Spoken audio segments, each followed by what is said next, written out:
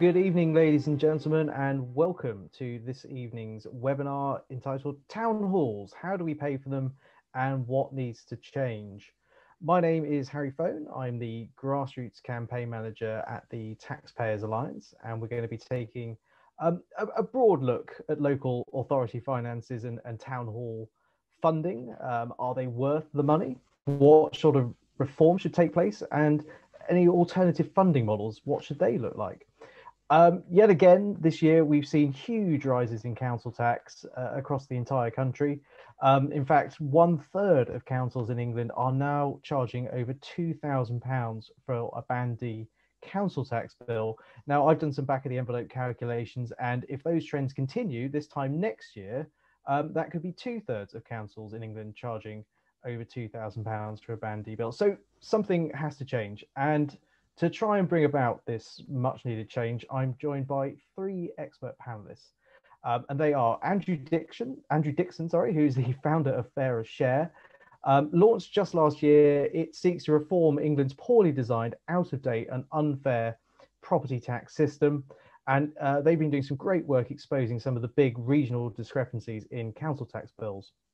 We're also joined by James Frayne, who's the founding partner at Public First, which is a public policy and research specialist group. And he's got some very interesting insight on the public's view and perception of council tax.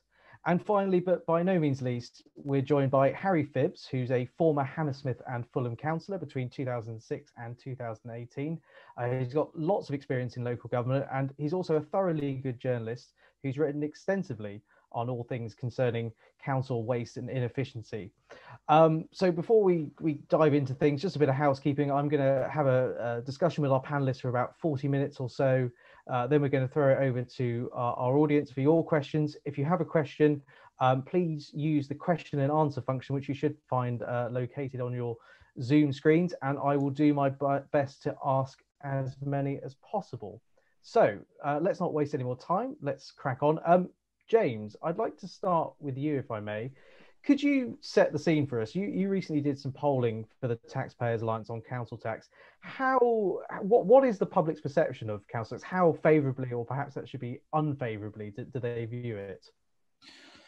So it's one of those things where you do a poll on council tax and it shows that council tax is unpopular, and people say, "Oh well, surprise, surprise." We all know that people don't like paying council tax, but it's the poll that we did for you guys shows that sort of opinion runs much deeper than it would appear to do superficially. So if you ask people about what they think about council tax and should council tax rise, emphatically people think no, it shouldn't. And at one level that doesn't come to any surprise. But we asked lots of other questions about in the context of COVID, in the recovery, if taxes did have to go up to pay for the recovery, which taxes would you like to see rise and which taxes would you not like to see rise? And again, council tax was one of those ones where people absolutely really did not want to see it rise. When you ask people that relative question then about how council tax matches up against other tax, it's really right at the bottom of the league table, if you like. I mean, people really detest it. I mean, we can talk about some of the reasons why that might be. It's partly, some people will point out, like the license fee, it's one of those taxes which is very visible. You don't exactly sign a check, but it's one of those ones which is probably sort of closest to that, where you are very, very clear about this is how much exactly you are paying. This is exactly how much is coming out of your account each month in order to meet that sum. But I think it's more than that, and this will, we'll hopefully get to the heart of this during this discussion, which is, it's one of those ones where people don't think ultimately that it's worth the money. They don't think that ultimately it really is delivering the quality or the level of services that they might expect. Now, again, admittedly, not everybody knows what councils do. Not everybody knows exactly what council tax is spent on. Nonetheless, it is a outrageously unpopular tax, and people just frankly just think, I pay this amount in, I get this amount back, and it's not worth the money.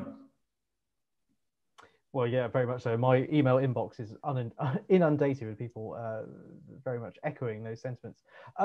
Andrew, turning to you, if I may, Fairer Share now has been going, I think, just over a year or so, and you've been making an excellent case for reform of the system.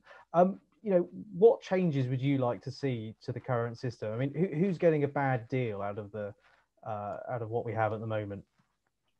Great, thanks, Harry. Really appreciate the opportunity to join you this evening, and thank you to the Taxpayers Alliance. I'm a really big fan of your work and really admired your work you did a couple of years ago around business rates and the need for at least looking at an LVT as a possible solution. So thank you, delighted to be here.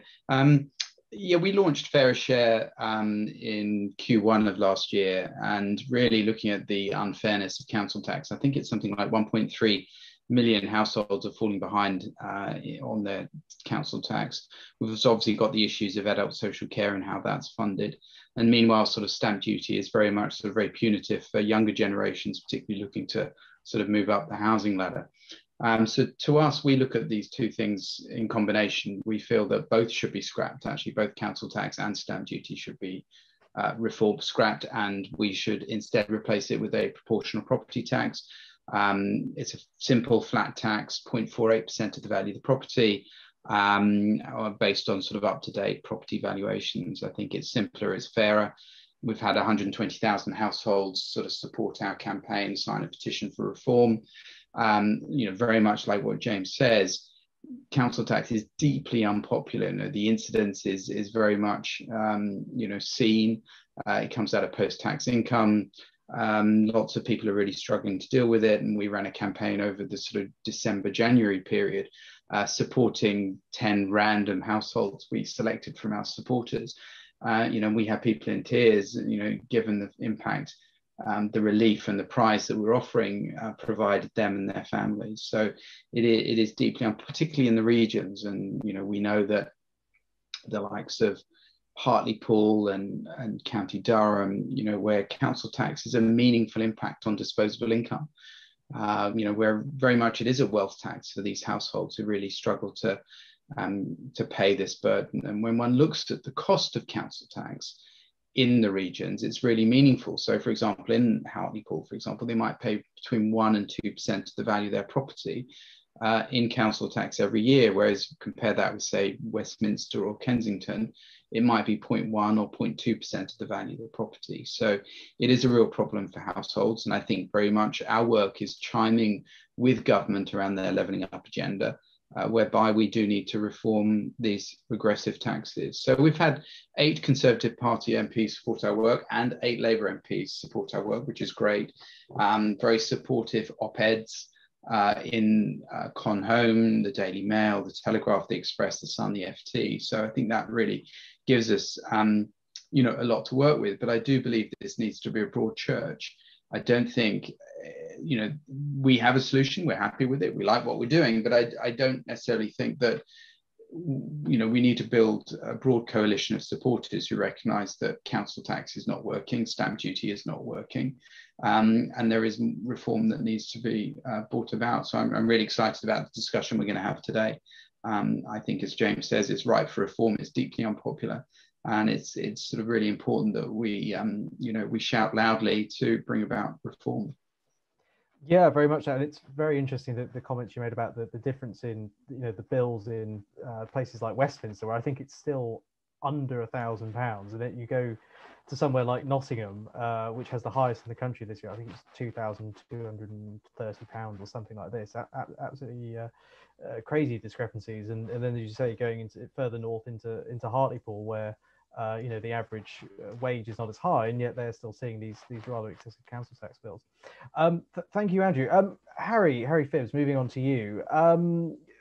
You, I think, a bit like me, come at this from the sort of the taxpayer point of view of the wasteful spending that we all too often see in local government. In fact, you, I think back in 2013, wrote a paper with the Taxpayers Alliance looking at 201 ways, I should say, to save money in local government. There's too many examples of ways to list here, but if you want to, be my guest. But do you think the public would be less hostile to council tax if local authorities had a better grip on the purse strings? I mean, could these huge rises we've seen in council tax have been avoided? Were there better, financial management? And as a result, would the calls for change, would this debate even be happening at all?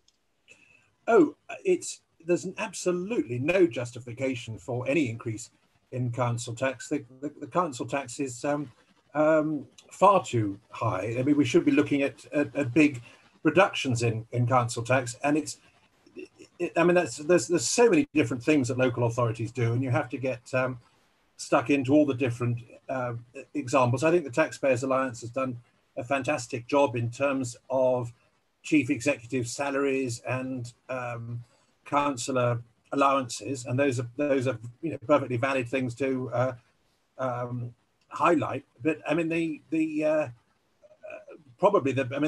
bigger sums would be more boring. I mean, one I would just mention is the surplus assets owned by councils that often have substantial debt, and even with interest rates being low at the moment, and there's no God-given guarantee that interest rates will continue to be low, but debt interest is often a big chunk of where the council taxpayer money goes, even with the interest rates as they are at the moment.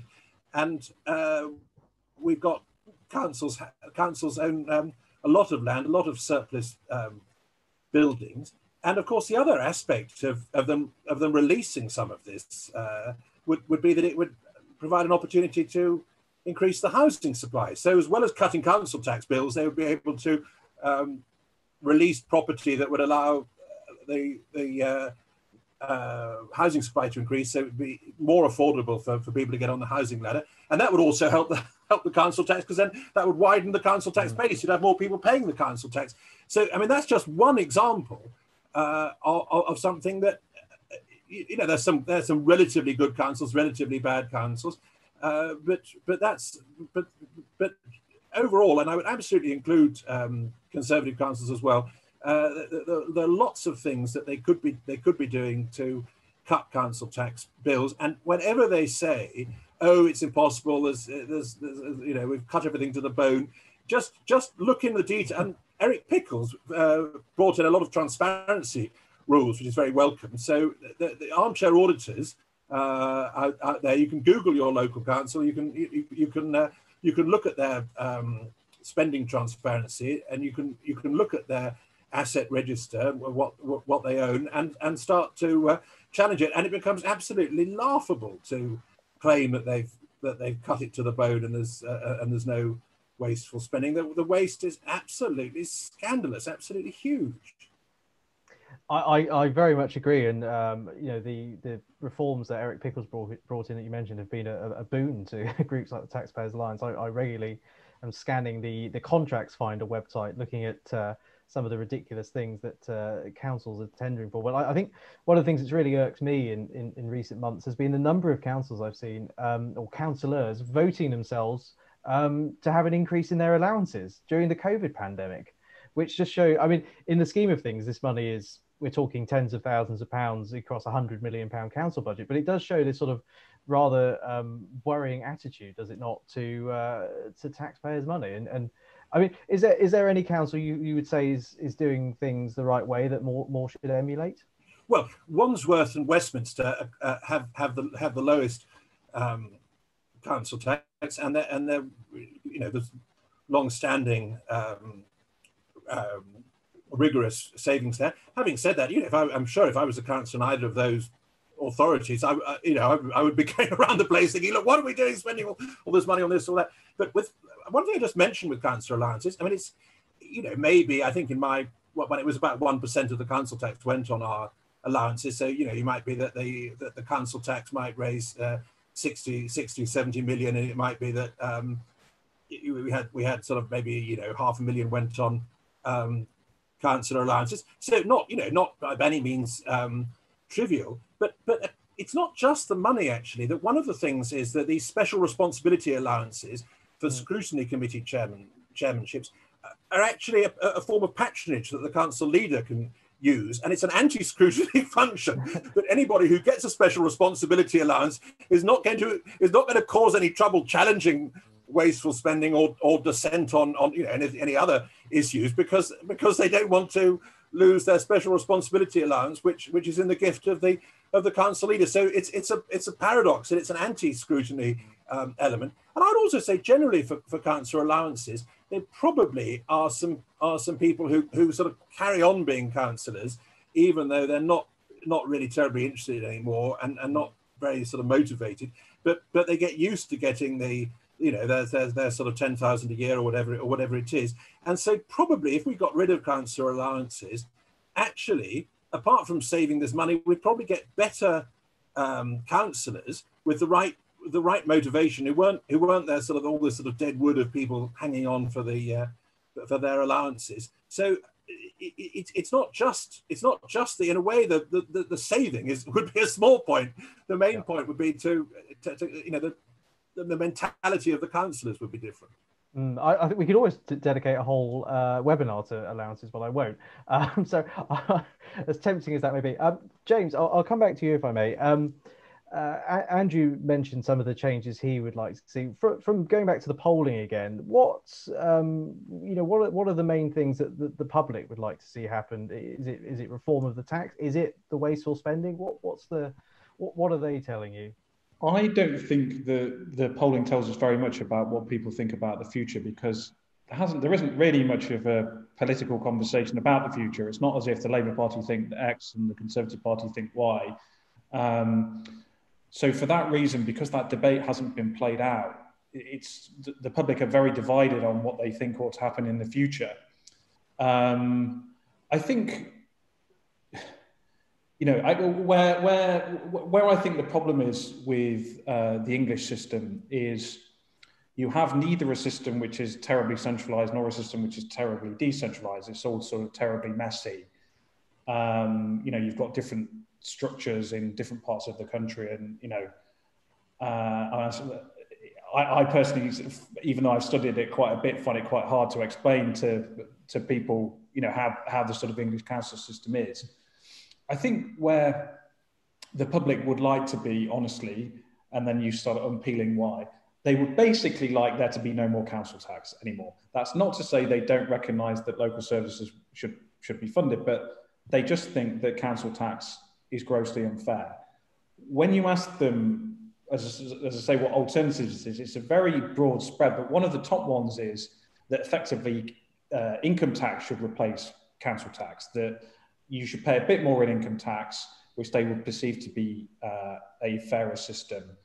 And, it also plays into this public idea of that there is a sort of postcode lottery within council services. So in some parts of the country, it's terrible. Some parts of the country, it's good. And as you said, I'm an East Midlands native. You get quite a lot of knowledge in the East Midlands about, well, we're paying all of this in Nottingham, but in Derby, they're paying something a bit different, and yet our services are better or worse or whatever it might be. I think, I sort of think where politicians ought to be going is either, which I would favour, extreme decentralisation, where you've got much greater devolution to local councils. They have much more power over particular things, with tax raising powers, but also the ability to cut taxes as well. So you've got local competition. So you either go down that route, or you go down the route of basically much greater national funding for local councils, where the government is basically doing effectively grants to local councils and council tax differences are smoothed out. Either would be a better solution to the system we've got now, where it is sort of a lottery about where you live. As you say, you live in Nottingham, you pay 2,300 quid.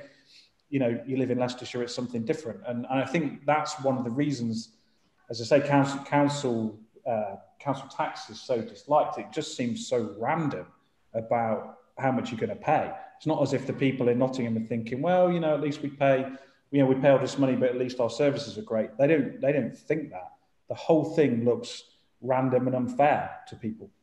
Do you think the decentralization would be more popular with the public? Because it strikes me if you pay a bit more in income tax, and it's the government doling out the money centrally, i.e. it's being centralized again, that it seems to me that there'll be much more scope for waste and inefficiency, because the councils can just keep coming back and saying we need more money. Whereas if you, I mean, there's issues around business rate retention at the moment, but if you as you said, decentralize the councils as much as possible so they are solely responsible, and you give them tax raising powers, that they've got to be good, otherwise they're going to get into a right old financial mess that you would hope the government wouldn't, well, I guess at some point they'd have to bail them out, but that ultimately we would get this competition between councils, and taxpayers would get better value for money. I think what you would get is extreme unpopularity, and then it would settle. By that I mean, I think a lot of, it's funny when you speak to a lot of local councillors and local council execs, they always talk about wanting to have more power to raise spending. And even with Conservatives, you never hear them say, I would really like to have more power over local taxes so we could cut them. You never hear that. I think if there was, very serious decentralisation and you have more power, I think initially people will be going, oh, blimey, we're going to get our taxes raised. Why on earth have we gone down this route? We need national caps and all the rest of it. But I think it would just play itself out in time, and people would start to realise that, yes, there was local competition. I think it's unrealistic to sort of think that you would get, like probably you do more in the US, you get people moving between Texas and Arizona because of different levels of economic development, different levels of tax. I don't think we're quite in that place where you would move from Liverpool to Manchester or Newcastle to Sunderland. I don't think we're quite at that point, but nonetheless, I think you would get a much more brutal conversation locally about competence and waste and performance, which ultimately I think would drive up performance. I mean, the light that you guys have shone on waste and unnecessary spending unquestionably has made a difference. And I think were those conversations played out on a sort of bigger level because you've got greater decentralization, I think that would be a good thing. Last thing I would say is I don't think that will happen. I don't think that extreme decentralization, for want of a better description, is on the table. I think at that point, if you're the Conservative Party, you're better off moving in a national grant direction, because otherwise all you're getting is just sort of perpetual unfairness and perpetual irritation. Yeah, absolutely. And you've kind of touched on my next question for Andrew, which is, as we know at the Taxpayers Alliance, you don't always get what you campaign for, unfortunately. It is a bit of an uphill slog, but we keep trying.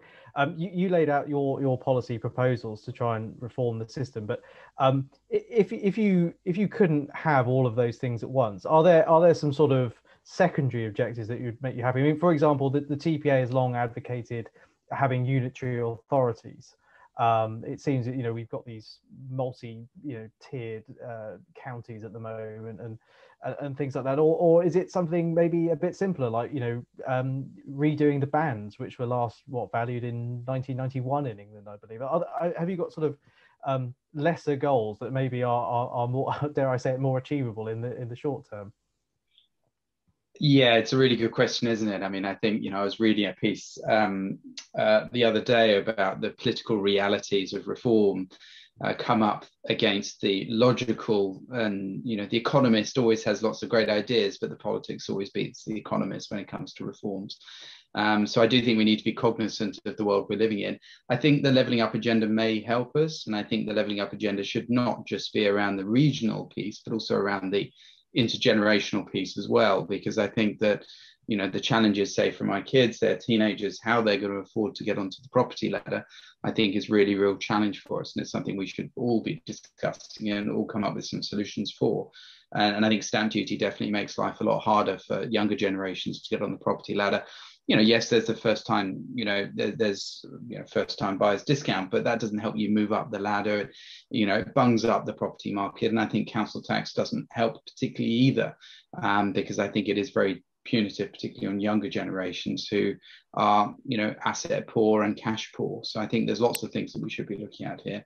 So for me, the overriding themes are levelling up around both regional and intergenerational. I think the other element is around a sort of simpler system. I think the current council tax system is complicated, unnecessarily so. It is very regressive, which I think is unfair. And, you know, I'm not advocating a progressive reform. I'm just advocating a proportional reform, a simple flat tax, which I think would be fair for everyone up and down the country. And I think the great British public don't mind paying their taxes, but they definitely have problems when it's unfair, or they find out that they're paying a rate gratuitously more than, you know, someone else who perhaps might have broader shoulders to bear the burden. And I do believe, you know, I think the world we currently live in, you know, given the consequences of the credit crisis in 2008, 2009, and now obviously dealing with the effects of COVID, it does mean that those with the broadest shoulders will have to carry slightly more of the burden, I'm afraid. And at the moment, the council tax system is incredibly regressive. I'm not asking for a progressive solution. I'm just looking for a flat solution. Yeah, you mentioned the broader shoulders there. I mean, we were discussing it with James there. What do you think about the idea of maybe paying a bit more through income tax or more? We've seen the cuts in central government funding. Do you think that those need to be reversed, or?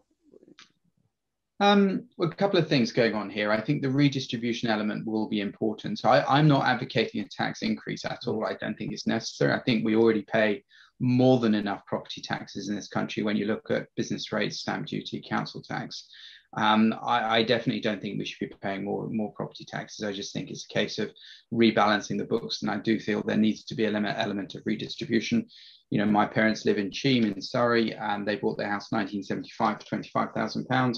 It's now worth over £800,000. It is a untaxed, unearned income for them, which is good for them, fantastic.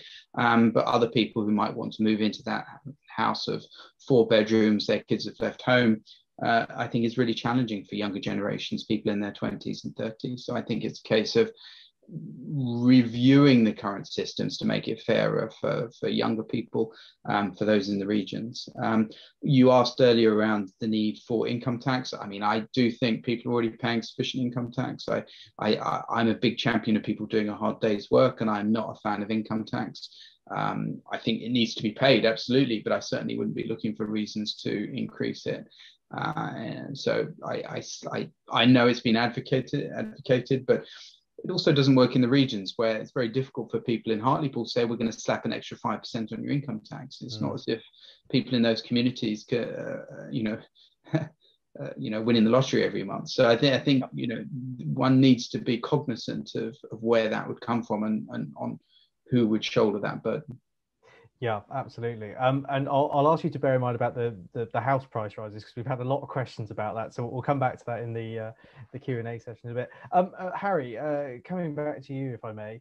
The Taxpayers Alliance, we've seen a lot in recent years. Councils, I think it's fair to say, deviating from their statutory responsibilities. We've seen a lot of investment in commercial property and things like that. And there's I guess a huge worry now that a lot of those investments are going to turn south, given the effect the pandemic's had on the economy. Do you think that councils have broadened their scope too much, that they're not focusing on those key responsibilities, and maybe the government needs to be a bit tougher in saying, you know, no, you shouldn't be doing that sort of thing, you should be focusing on those vital frontline services that people pay their council tax for?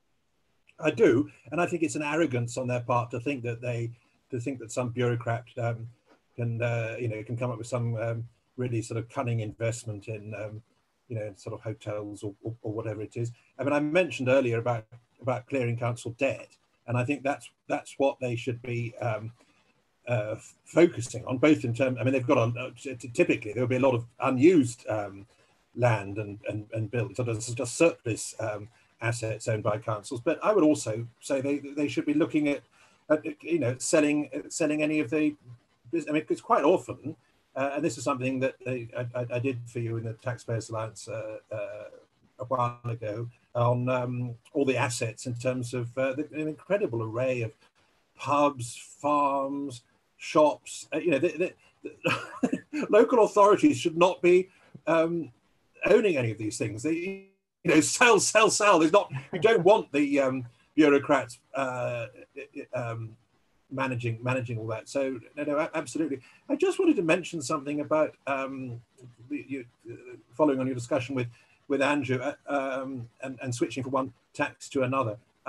One of the lessons, well, a couple of lessons about the poll tax, which I'm old enough to remember, which you might have heard didn't work out too well, but there were a couple of problems. One was that when it was brought in, local authorities used that as an excuse to have a huge increase in spending, knowing that the central government would get the blame because it was the poll tax.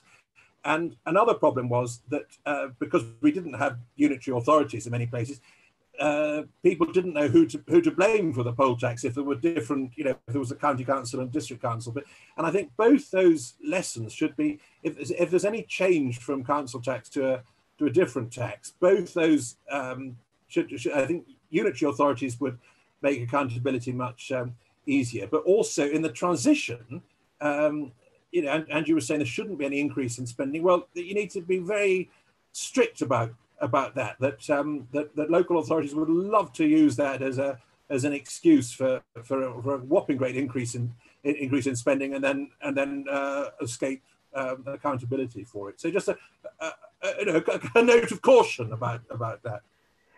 Indeed, you mentioned debt there, council debt. Now, last time I looked at the figures I'm going to slightly pivot to council reserves. I think I'm right in saying that all councils, certainly across England, maybe the UK, have something about £5 billion in reserves between them. I appreciate there are some councils that have drawn down on these. Places like Croydon and Slough come to mind, but that's mainly through financial mismanagement. But do you think that councils should be dipping into those reserves a bit more? Because my hometown of Milton Keynes, I'm sure, has maybe not general fund reserves, although those are pretty high, but they have something like £200 million in reserves. And indeed, this year they did actually dip into those reserves to mitigate the rise in council tax, I think from about 5 to 2.5% or something like that. But is this a potentially, it's obviously can't be for the long term, but is this a potentially untapped short term source of revenue that can give taxpayers a bit of a much needed break? Yes, and if viewers feel that they, in a great sense of excitement, they want to go and look at the statement of accounts that will be on their local authority websites, and they scroll down, they quite likely will see both a huge amount in reserves and a huge amount in debt, which is would be puzzling for us. I mean, we wouldn't manage our own bank accounts in that way, would we? To have a big overdraft in one bank account and then a whole lot sitting on deposit in another one. But no, I think that generally I sort of run for the hills when council bureaucrats come up with something about spend to save. But I mean, there might be justification for saying that there would be a particular change where it was necessary to use reserves. I mean, one thing that they might be wanting to cut back on staffing, and of course there might be. I mean, the best way is to freeze recruitment, obviously, but it might be necessary to think, look, we've got more staff than we need, so there'd be redundancies. Well, there's a cost in that. Even though you might be more efficient in later years, or you might be organising your office accommodation where you were actually shrinking the office accommodation and you were setting off buildings, but there might be some spending involved in getting set up to new arrangements. So I don't think we should be too sort of dogmatic about saying that councils should never spend their reserves, but I mean the most obvious thing would be to use the reserves to clear debt. I would have thought.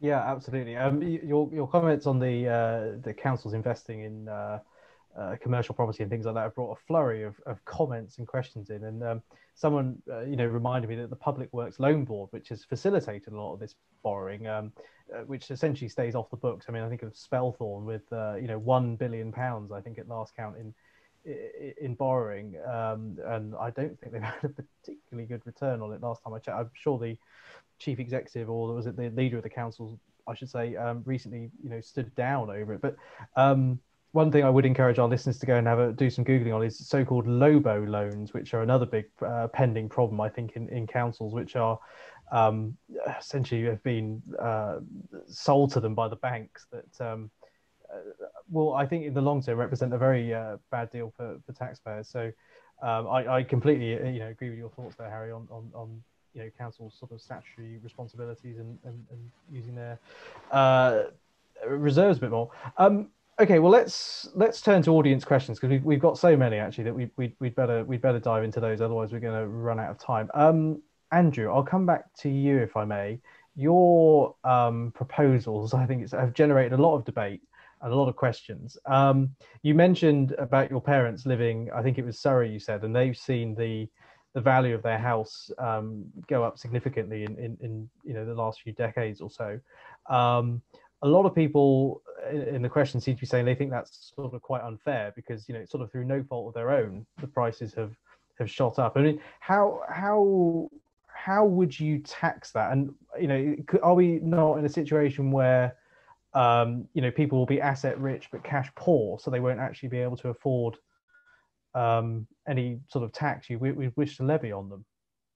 Yeah, I think great questions here, and I think there's lots of interconnected issues. And obviously, the starting point for me is the older generations. People are in their sort of 70s and 80s. There's no incentive to downsize, and we know we've got a housing shortage in this country. There's no incentive to downsize because the cost of stamp duty is so punitive. So I think removing stamp duty is definitely a key part of that. So when one looks at the fairness of the older generations, I think removing that stamp duty, I think, is definitely part of the message. But also, I think transferring to a proportional property tax, absolutely, we would not want to burden people where suddenly their tax their council tax goes from, say, £2,500 to what it would be £4,800 if they were living in £1 million property. So we've capped any increase at £1,200 a year. So that's one way to mitigate it, is to soften the blow there, is to say, okay, well, if you're living in £1 million property, you might be paying, say, £2,500. That will be limited to £3,700 upon implementation. Key point to remember here, though, is if that property is then sold, then the new buyer will just move on to that proportional rate going forward, because they've benefited from the removal of stamp duty. So that's the way we soften that. The other thing we have is a deferral. So, for example, if you're asset rich, cash poor, you have the opportunity to defer payment until you sell the property, and that would be at a modest interest rate here. And I think this deals with a lot of different issues. Obviously, the cash poor, but also the rural poor. There's lots of people in this country who are really struggling with council tax, who are living in a very nice old house, farmhouse, for example, who really struggle with their council tax. So I think having that deferral mechanism, I think, is one way to address that. And it works in many other countries, like Denmark have this as an opportunity as well. In fact, I was on a call today, and actually someone suggested, well, why don't you have a deferral for all people over the age of 65? So if you're on a modest pension, you don't have to pay council tax, and that gets rolled up and is just paid against the sale of your property when you sort of move on or pass away, etc., etc. So there's lots of ways to fix that, and absolutely, I think this is a really great question and something that definitely needs to be addressed. I suppose one thing that sort of comes off that, and I appreciate you saying about how you can mitigate the sort of tax liabilities for people, but is there not a danger that you just sort of reverse the situation, in that it becomes that people in the south are now the ones paying? I can't think of a better phrase than too much, but whereas people are, well, to use the terminology of your group, people aren't paying their fair share, it turns out. Are you not just flipping the problem from north to south, south to north? Do you mean by having the defer and allowing the wealthy people not to pay it at all? Well, but I mean by implementing a wealth tax on, well, I say a wealth tax, by implementing a tax on the value of someone's property, because generally speaking, it's like stamp duty is a big problem in the southeast as opposed to, say, the northeast. So I understand what you're trying to go for, but is it not the case that if you're saying that people in the north are paying too much, could it be the case that with your system, people in the southeast are paying more, but they're effectively paying too much as well, if you see what I'm getting at? Yeah, I do. I mean, I actually think people in the southeast are paying too much already because of stamp duty. I think that I think stamp duty is a terrible tax, because you're billing people when they don't have the spare disposable income to, they can't borrow against their stamp duty payments. It's at a time when they've got a growing family. They can't, it's a very punitive tax, is stamp duty, and that's why I think it needs to be abolished. So At the moment we have the system where you pay it up front. I don't like the idea of paying at the end either, i.e. with, say, capital gains tax or death tax or what have you. I think it's far fairer to pay it over the duration of the ownership, a little bit like a consumption tax, which is very much sort of what Murley's had in his report. And I think that's how I would view property. And that, I think, chimes also with the Taxpayers Alliance great work on reform of business rates, is sort of paying it over the duration of the ownership rather than at the beginning or at the end. So I think one needs to look at it through the lens of removing stamp duty as well. And I do also believe if you are living in £1 million property in the southeast or London, the cap of 1,200 I think is manageable. It works out at about £3.29 a day. I think it is manageable. Fair enough. James, just turning back to you, in your polling and research and speaking with various people all over the country that you do they have anything to say about the people that represent them, the councillors? Do they want to see any reform in maybe the voting system? I mean, in a lot of councils, in fact, I think in my hometown of Milton Keynes, we have 3 councillors per ward, which seems slightly over the top to me. I mean, do they have any thoughts on that? Do they think we should reduce to maybe 2 councillors or 1 per ward? And similarly, things like staffing in councils that Harry Phibbs alluded to. Town Hall Rich just every year from the TPA, reveals a remuneration of those on over £100,000. It's something like getting close to 3,000 now. Is there any kind of reform that the public would like to see there? There isn't actually, because again, returning to that point I made before, there's just such a lack of understanding in the public about their local councils. Partly this is to do with the sort of mosaic structure of local councils in England. It's just different everywhere, and therefore there isn't this sort of, if you like, natural historic understanding of who it is that probably represents us at the local level. I think probably not that much understanding around what most of the budgets are for. So, you ask people what councils spend their money on, and it's things like, obviously they'll say things like the most visible stuff, bin collection, parks, etc. They wouldn't necessarily think social care. They would think that was sort of probably more like an NHS thing, essentially. So there is a sort of lack of understanding about that, and in turn, therefore, a sort of lack of understanding about who it is that actually runs the show. So I think you would have quite a lot of people thinking that the elected councillors were somehow the sort of the executive team. Now, obviously they sometimes they partly are on in certain ways, but I don't think people would have a sense of the chief executive of the council and their role and whether they were worth it. I think people should know more about this, and I think there should be a sort of attempt to explain how councils work and what they spend their money on, etc. But I can't think of a place that has ever really sort of properly tried to do that and done that effectively, really. Someone that says exactly this is how your taxes are paid, and Harry Phibbs might have a better sense of that than I do, but I haven't seen that. Yeah, that actually sort of kind of neatly leads on to my next question for Harry, which is a lot of councils I've noticed recently, and they're probably going to use the pandemic as an excuse, but have been quite slack, I would say, in publishing their statement of accounts and things like that in time. In fact, I noticed our Town Hall Richness report this year, there were quite a few councils that hadn't got around to doing that, and I believe Slough has recently been criticised for its inability to do so.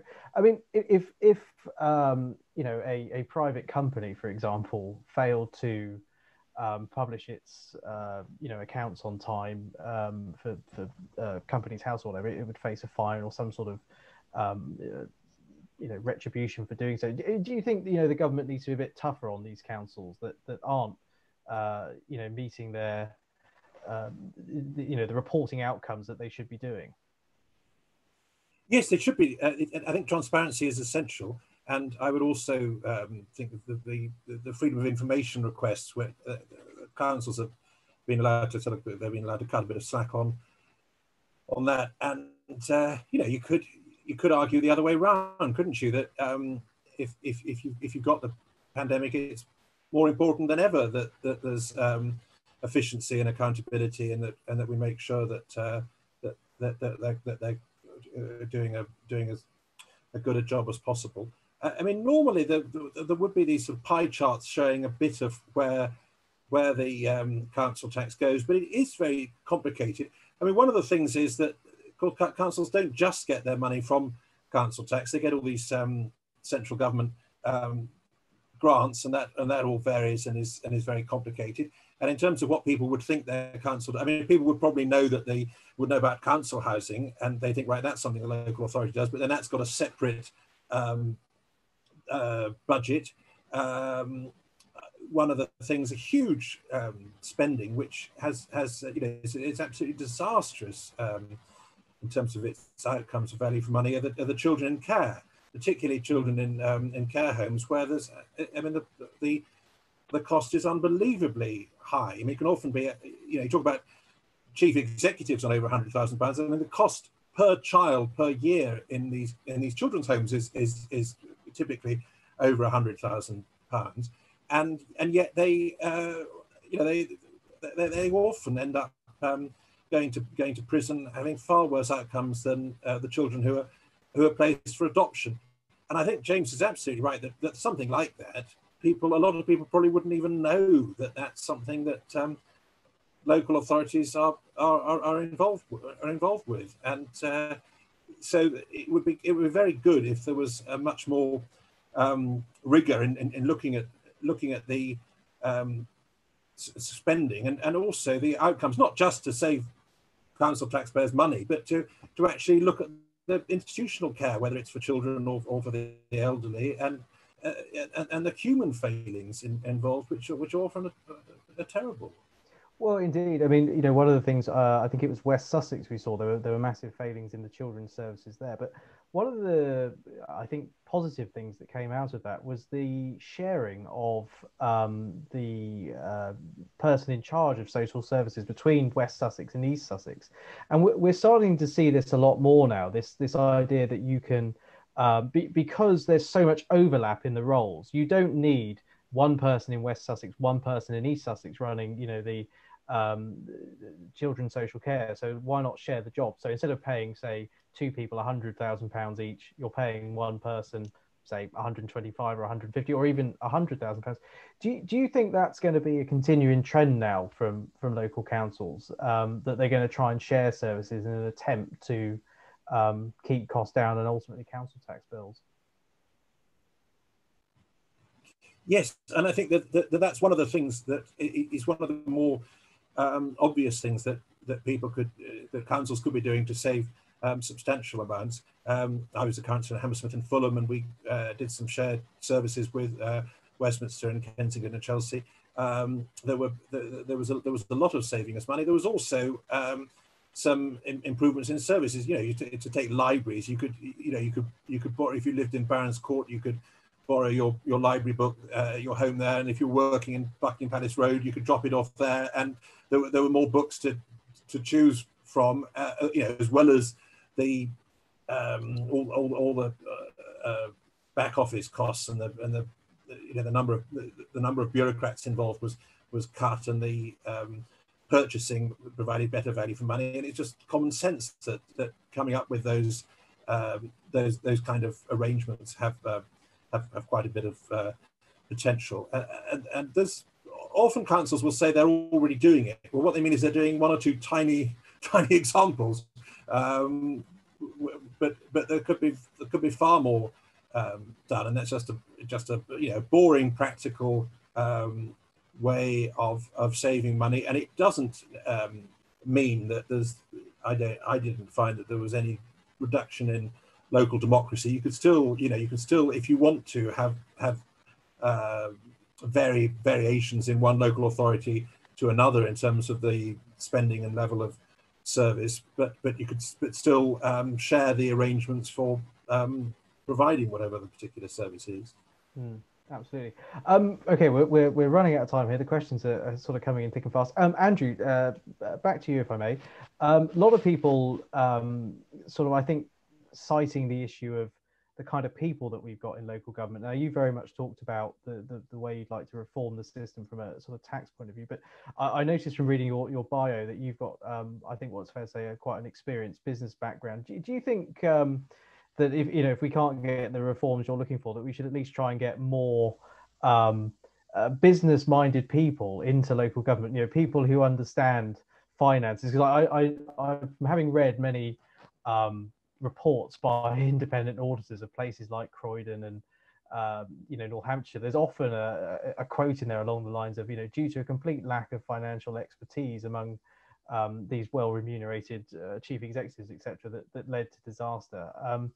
Do you think a bit more of a sort of business mentality would help to keep the cost of council tax down? Absolutely. I think there's a lot of skills that business leaders can bring to the table in terms of budgets, forward planning, looking around the corner, recognizing risks and rewards of different projects, etc. Absolutely. What the incentives might be for that are quite challenging, I feel, given sort of time poor nature of a lot of business leaders. But yeah, absolutely, I thoroughly support it. I mean, I get involved in politics myself. I think it's an important area. A role that I think business leaders need to play, but it's all about incentives, and I worry there's not incentives. And I also worry a little bit about the nature of public discourse, in the political environment at the moment. Means that a lot of business leaders just sort of turn a blind eye and just, don't want to put their head above the parapet. So I think that is disappointing. But I would completely support you and the Taxpayers Alliance if that was something you were going to be campaigning for. Completely get my support. I'm not saying business leaders always have the answers, but I think they can at least help ask the right questions. Someone's just said in the comment that businessmen gave us the financial crash, but I think that comes back to our point about not letting councils get involved in the financial, the commercial property side of things. It is quite worrying how many of them think they're the next Elon Musk or Warren Buffett when it comes to these things. But a good friend of the TPA, Ferris Cowper, who was in East Hampshire, was I think someone fair to say who actually had a business background at Mars Incorporated, the chocolate bar people. He was obviously very business minded and called for this sort of big innovation in councils, and his goal was actually to eradicate council tax by making it entirely funded through their investment portfolio, basically. But I think it's fair to say he's quite rare among these successful investors so far, and we're probably going to do some more work on that in the future to see how things are panning out. Well, I think we have run out of questions and we've almost run out of time as well, so I think we'll call it a day there. And I'd just like to say a big thank you to our panelists, Harry Phibbs, Andrew Dixon and James Frayne, and thank you as well to everyone who tuned in to watch, and thank you for contributing to a absolutely fascinating discussion. And if you're equally livid as we are about council tax, do go on the TPA's website, taxpayersalliance.com, where on the front page you will find a petition which you can sign to stop council tax rises. So I urge you, and please ask your friends to sign it as well, and we'll take that straight to the heart of government. But that's all for now, and we'll see you again next time. Good night. Thanks for watching.